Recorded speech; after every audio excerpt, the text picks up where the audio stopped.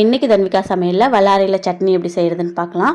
அதுக்கு கடாயில் ஒரு ஸ்பூன் ஆயில் விட்டுட்டேன். 5 காஞ்ச மிளகாய், 1 ஸ்பூன் உளுந்து சேர்த்துக்கிறேன். சேர்த்து நல்லா வதக்கிட்டு இது கூட 2 பெரிய வெங்காயத்தை கட் பண்ணி சேர்த்துக்கிறேன்.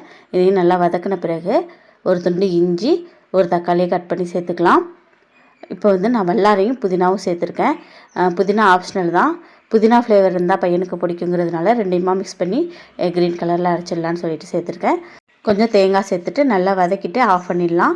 ஆஃப் பண்ண பிறகு ஒரு ஸ்பூன் உப்பு சேர்த்து கல் உப்பு சேர்த்துருக்கேன். சேர்த்து ஆறின பிறகு மிக்ஸி ஜாரில் சேர்த்து நம்ம நல்லா அரைச்சி எடுத்துக்கலாம். இப்போ அதே கடாயில் ஒரு ஸ்பூன் ஆயில் விட்டுட்டு கடுகு, கருவேப்பிலை சேர்த்து அரைச்சி வச்சுருக்க சட்னியும் சேர்த்துடலாம். இப்போ நல்லா திக்காக இருக்குது. நான் கொஞ்சமாக தண்ணி விட்டுக்கிறேன். நீங்கள் அதே திக்காக இருக்கிறதோட நீங்கள் தாளித்து சேர்த்துக்கலாம், தாளிக்காமலும் சாப்பிட்றலாம். கொதித்த பிறகு இட்லி கூட வச்சு சாப்பிட்டோம். சூப்பராக இருந்தது. இட்லி ரொம்ப சாஃப்டாக இருந்தது. கண்டிப்பாக ட்ரை பண்ணி பாருங்கள். உங்கள் குழந்தைங்களும் விரும்பி சாப்பிடுவாங்க. செஞ்சு பார்த்துட்டு எப்படி இருந்ததுன்னு கமெண்ட்டில் ஃபீட்பேக் சொல்லுங்கள். தேங்க்யூ.